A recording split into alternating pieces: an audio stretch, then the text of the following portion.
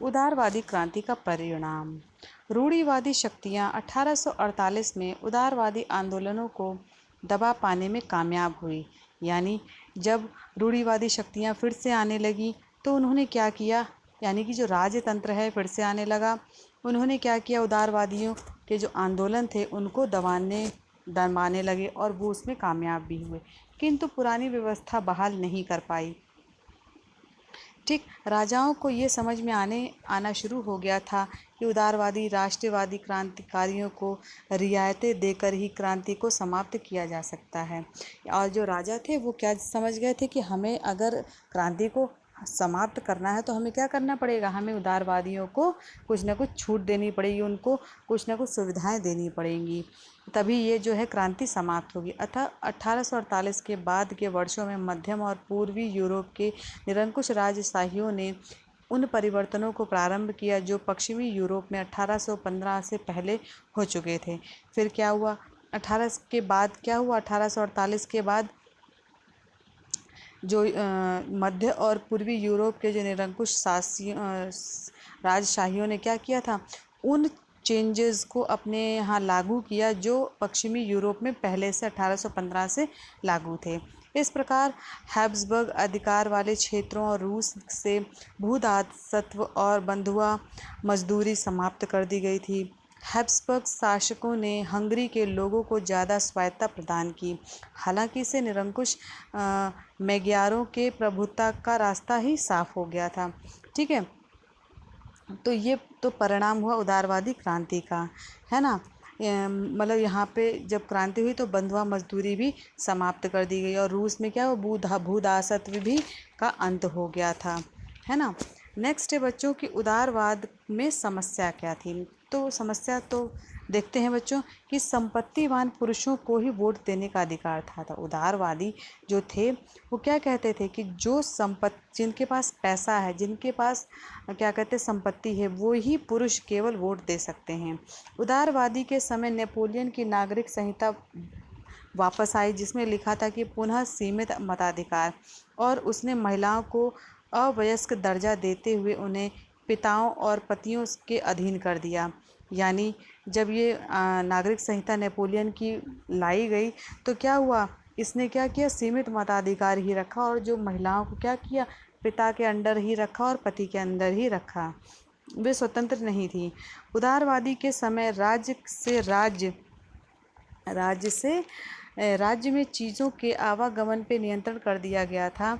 अर्थात नेपोलियन ने अपने प्रशासनिक कदमों में से जो 39 राज्यों का महासंघ स्थापित बना दिया गया था और इन राज्यों की अपनी मुद्रा और नापतोल प्रणाली थी। कैसी थी बच्चों उस समय जो नापतोल प्रणाली थी, उस समय एले था। एले क्या था, कपड़े को नापने का एक पैमाना था, जैसे आजकल आप लोग नापते हैं ना, और उसमें उस समय क्या था, फ्रैंकफर्ट में जो नाप था वो 54.7 सेंटीमीटर था, लेकिन मेंस 3 तरीके के वहाँ पे जो नाप थे, पैमाने थे। एक तो मेंस में क्या था 55.1 सेंटीमीटर, और न्यूरेमबर्ग में क्या था, यानी कि ये जगह थी, फ्रैंकफर्ट भी एक जगह है, मेंस भी एक जगह है और न्यूरेमबर्ग भी एक जगह है। ठीक है, यहाँ पर क्या था कि जो कपड़े नापने का जो मतलब पैमाना था वो अलग अलग था।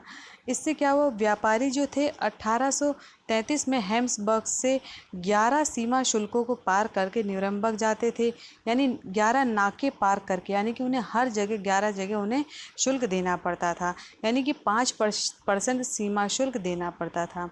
अब इसमें बहुत बड़ी समस्या थी, यानी कि जितना उनकी कमाई नहीं थी उतना तो उनको नुकसान हो जाता था, है ना बच्चों। तो क्या हुआ, उपरोक्त समस्या को हल भी किया गया। कैसे किया गया कि 1834 में प्रशा की पहल पर एक शुल्क संघ की स्थापना की गई जिसका नाम क्या था, ज़ोलवेराइन। ठीक है, जिसमें अधिकांश जर्मन के राज्य हो गए थे। एक जो है क्या कहते संघ की स्थापना करी थी जिसका नाम था ज़ोलवेराइन। इस संघ यानी ज़ोलवेराइन ने शुल्क अवरोधों को समाप्त कर दिया, यानी कि जो 11 सीमा शुल्क लगती थी उन्हें वो समाप्त कर दी गई थी। ठीक, और क्या कहते हैं कि मुद्राओं की संख्या 30 से घटा के 2 कर दी गई थी। ठीक है ना।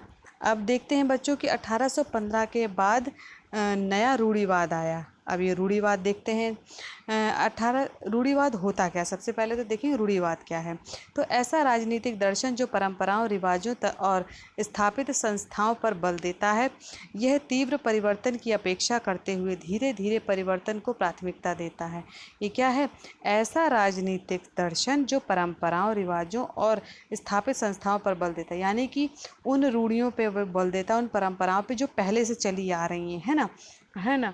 आंख बंद करके उन्हें विश्वास करना है। यह तीव्र परिवर्तन की अपेक्षा करते हुए धीरे धीरे परिवर्तन को प्राथमिकता देते हैं। ये किसको इम्पोर्टेंस देते थे? जो धीरे धीरे परिवर्तन होता है उसको ये इम्पोर्टेंस देते थे, रूढ़िवाद। ठीक। तो 1815 में स्थापित रूढ़िवादी दर्शन व्यवस्थाओं की प्रमुख विशेषताएं क्या हैं बच्चों? देखें कि 1815 में स्थापित जो रूढ़िवादी शासन थी, उन व्यवस्थाओं की प्रमुख विशेषताएं क्या हैं? तो 1815 में स्थापित रूढ़िवादी शासन व्यवस्थाएं निरंकुश थी। कैसी थी? निरंकुश थी, यानी कि राजतंत्र के हाथ में सत्ता थी। ठीक है। वे आलोचना और असहमति बर्दाश्त नहीं कर सकते थे। वे अपनी बुराई नहीं बर्दाश्त कर सकते थे, और अगर जो जनता थी उनके मतलब जो वो हुक्म देते थे उसके अगर वो सहमति नहीं दर्शाते थे तो वो उन्हें अच्छा नहीं लगता था।